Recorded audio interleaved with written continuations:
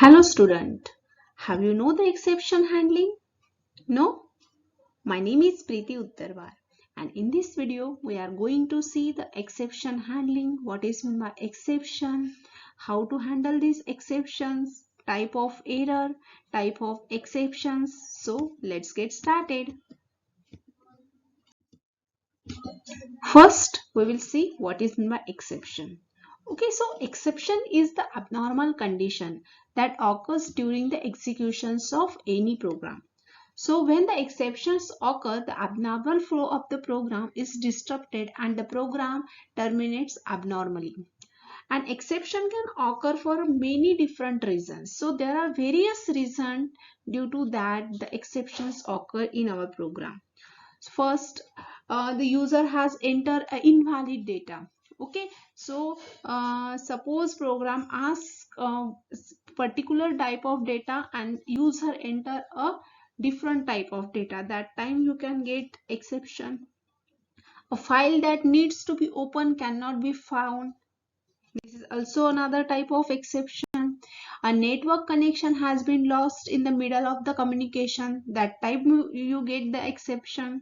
When any kind of program is developed, then might be error are arrive and this may produce unaccepted results further. So it makes sure to find out the error condition in the program so program cannot shut down during these exceptions. Okay, so now we will see the type of errors. Basically, there are two type of errors, compile time errors and runtime error. Okay, so first we will see compile time error. Okay, as we know that before execution, we first compile our program. So this compile time error at the time of compilation. Compile time error is any type of error that prevent a Java program compile like a syntax error, a class not found error, bad file type for a defined class, a possible loss of precision when you mixing different Java data type and so on. So this is all about the compile time error and this error occur at the time of compilation. Second type of error is the runtime error. A runtime error means an error which happen while the program is in running state. To deal with this kind of error, Java defined the exceptions. Okay, and the exceptions are the object represent the abnormal condition in the flow of program and it can be either check or uncheck. Okay, so now we will see the exceptions. So there are basically two type of exception present in a Java. First is the check exception and second is the uncheck exception. We will see all these two type of exception in detail. First is the check exception. A check exception is an exception that is a check or notified by the compiler at the compile time. And these are also called as the compile time exceptions. This exception cannot simply be ignored. The programmer should take care of handle this type of exceptions. And second type of exception is the uncheck exception. An uncheck exception is an exception that occur at the time of execution and these are also called as the runtime exception. These include the programming bugs such as a logic error or improper use of API, runtime exceptions and ignore at the time of compilation. Now we will see the exception handling. As we know that the exception handling is the mechanism with which we can prevent our program from getting abnormal termination and due to runtime error. If an exception occur and we want to continue the execution of program, then we can try to catch the exception object thrown by the error condition and then display the appropriate message for taking over corrective action. Okay, and this is known as the exception handling. So exception handling in Java is associated with some keywords. So basically there are four keywords that associated with the exception handling, that are try, throw, catch and finally.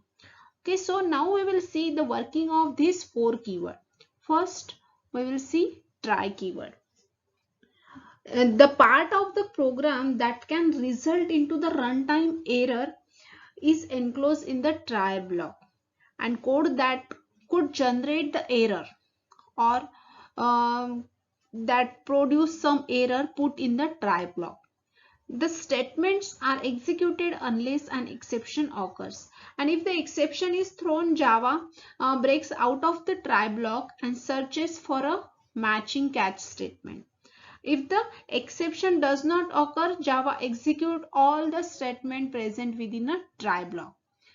So it is a compulsory whenever you have to handle the exception, you have to write the try block.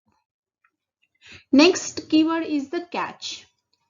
A catch statement is included immediately following the try block, and it specifies the exception type that has to be catch.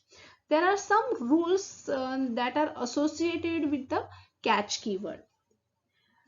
As we know that catch provide a solution in the try block, returns an error. So every try block must be associated with at least one catch, and a try without catch in Java is not allowed, and one try can have more than one catch. So you can write the multiple catch block in a single program. The catch block will remain unexecuted if try returns no error. So these are the some things that associated with the catch block. Next is the finally keyword. Finally create a block of code following the try catch block, and the finally will executes whether or not exception is thrown. Each try statement should have at least one catch or finally clause. If the block that will be executed for sure irrespectively to the status of the try block. Okay, so it is not compulsory to write a finally block with the try. It is the optional part, but you have to write the catch block with every try block. So there are some common errors or common Java exceptions that occur in our program. First is the IO exception. This type of exception occur at the time of reading or writing a file. You have to handle this when you are perform input or output using a stream classes. IO means input output exceptions.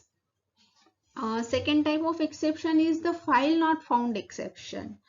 Okay, so this type of exception is occur when you create a file, and you must be prepared to handle these exceptions.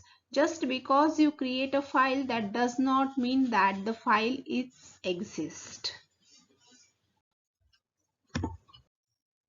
I hope you like this video and understand the basic things about the exception handling, type of errors.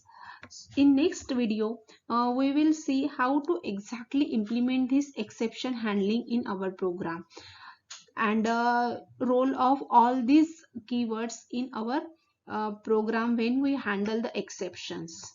So thank you for watching.